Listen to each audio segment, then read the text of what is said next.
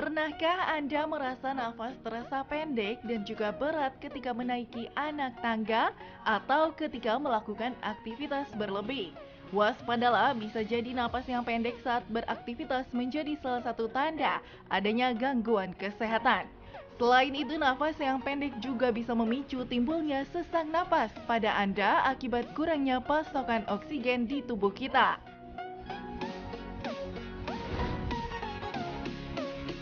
Bernafas merupakan salah satu kegiatan yang krusial dan tidak bisa diabaikan begitu saja. Gangguan dapat muncul dan seringkali menimbulkan rasa yang tidak nyaman. Selain melakukan pencegahan, berlatih pernafasan juga dianjurkan agar organ paru-paru bisa lebih sehat.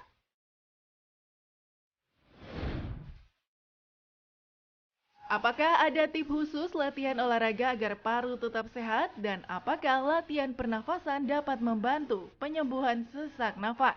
Mari kita simak pembahasannya bersama dokter di studio.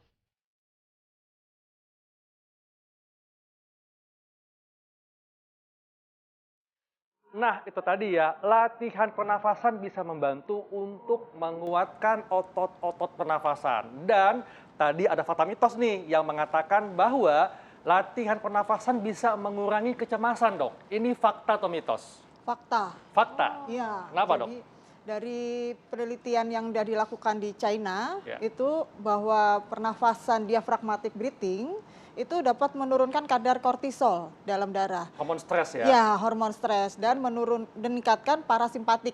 Kalau kita stres kan simpatiknya nih yang lebih dominan bekerja. Nah, Betul. dengan latihan pernafasan itu akan mengaktifkan parasimpatiknya lagi dominan sehingga secara perlahan-lahan kita akan jadi lebih tenang, lebih nyaman, dan ansietasnya akan berkurang. Iya. Ini menarik sekali nih dok, pasti di pemirsa di rumah penasaran gimana Iya. caranya dok?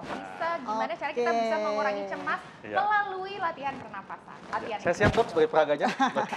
Silakan Dr. Haikal.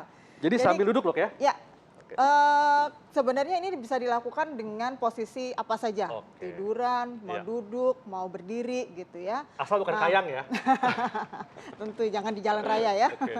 Nah, dengan pernafasan yang kita peragakan sambil duduk, Ya. di sini diaphragmatic breathing. Jadi kita akan mengaktifkan otot-otot diafragma, Ya. otot yang ada dari memisahkan paru dan rongga perut. Iya. Pernafasan dalam yang biasa kita sebut itu dengan cara kita menarik nafas dari hidung Ya. perlahan-lahan, kemudian kita menggembungkan perut. Kalau pernafasan dada kan yang gembung dada nih. Nah, kalau deep breathing atau diaphragmatic breathing saat kita tarik nafas menggembungkan perut, tangan bisa satu di dada, satu di perut ya, Dok. Nah, saat kita tarik nafas perutnya gembung, kemudian saat kita buang nafas perlahan perutnya dikempeskan. Nah, buang Lewat nafasnya mulut? Lewat atau mulut, Oke. lewat mulut. Iya. Secara perlahan-lahan ya. Kita mulai ya, tarik nafas lewat hidung. Kemudian hembuskan secara perlahan lewat mulut. Ini dilakukan berapa kali nih dok? Oke. Biasanya kita tidak terlalu banyak ya Ya. melakukan ini 5 sampai 8 kali, itu diulang paling sehari 5 menit itu udah cukup buat kita latihan untuk mengurangi deep breathing ini Berapa ya. sesi, dok, dalam sehari? Bisa dilakukan 2-3 2 kali sesi. atau kita saat nggak nyaman aja juga kita Iya. bisa melakukan. Saat ya, deg-degan, ya. dok ya, Juga, oh cemas nih, langsung Nah, lakukan ambil aja deep nafas. breathing 2-3 kali biasanya udah lebih Oke. nyaman ya. Dok, ada data nggak sih dok berapa kali kita secara rutin gitu ya melakukan ini? Mungkin Iya. misalnya 1 bulan kita melakukan secara rutin atau 3 bulan kita melakukan secara rutin itu habis itu hilang atau bahkan dalam 1 hari langsung udah berasa gitu loh Iya. manfaatnya gitu gimana? Sok hilang Karena cemasnya, biasanya dok. pasti Wes. biasanya pasti penasaran nih kok kita Iya. udah latihan nggak selesai gitu gimana dok? Betul, ada prosesnya ya dok ya. Kemarin kalau dibaca di penelitian itu, kalau yang 2 minggu itu memang belum sampai menurunkan kadar kortisol. Tapi sudah lebih nyaman memang, Iya. parasimpatiknya sudah mulai aktif. Tapi kalau agak lama sebulan, kita lakukan setiap hari 5-10 menit, itu dikatakan baru itu bekerja menurunkan hormon kortisol itu gitu. Jadi Iya. kalau Oke. baru sekali latihan sehari kayaknya ya mungkin lebih tenang, parasimpatiknya yang lebih aktif, Ya. itu dulu yang bekerja. Tapi kalau mau jangka panjang itu memang perlu Memang sebulan perlu. ya. Nah ini kan tadi kita latihan pernafasannya Ya. melibatkan otot perut dan juga dada juga ya dok ya. Nah ini kadang-kadang nih dok, biasanya ini agak curhat sedikit ibu-ibu ya kan. Biasanya kalau misalnya lagi hamil itu udah, wah jalan dikit nafasnya udah ngos-ngosan. Gak usah Ya. jalan deh, kita lagi duduk apalagi kalau udah trimester 3 ya dok Ya. ya.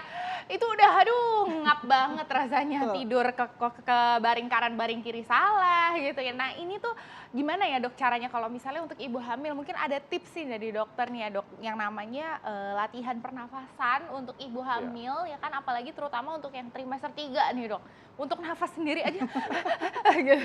Tapi Silakan, memang Dok. perlu dok ya Yes. untuk ibu hamil Iya, ya. Iya, apalagi sangat perlu. persiapan melahirkan ya. Betul. Kita kalau pas melahirkan itu harus atur nafas Ya. banget, apalagi kalau kita melahirkannya secara normal. Yes. Kalau saat melahirkan atau saat hamil, yang kita ajarkan lain lagi. Tentu nggak bisa diaphragmatic breathing ya, karena Betul. udah ngap gitu Iya, ya. heeh. Jadi kita pakainya bisa pursed lip breathing, nafas dengan mulut mencucu. Oh, Gitu. oke. Jadi tarik nafas perlahan Lewat lewat hidung, hidung, saat hembuskannya lewat mulut dengan mengerucutkan mulut supaya lebih pelan. Jadi keluarnya lebih lama Oh. gitu. Oh. Kita coba peragakan Ya, lagi ya Dokter oke, Eka saya- ya. Ini ceritanya ibu hamil. hamil. Oke. Jadi ibu hamil. Ceritanya ibu hamil. Nah, tapi sebelum kita memperagakan nih si ibu hamil ini, sebelumnya kita mau lihat dulu apa yang mau lewat ya. Ini dia, saat lagi.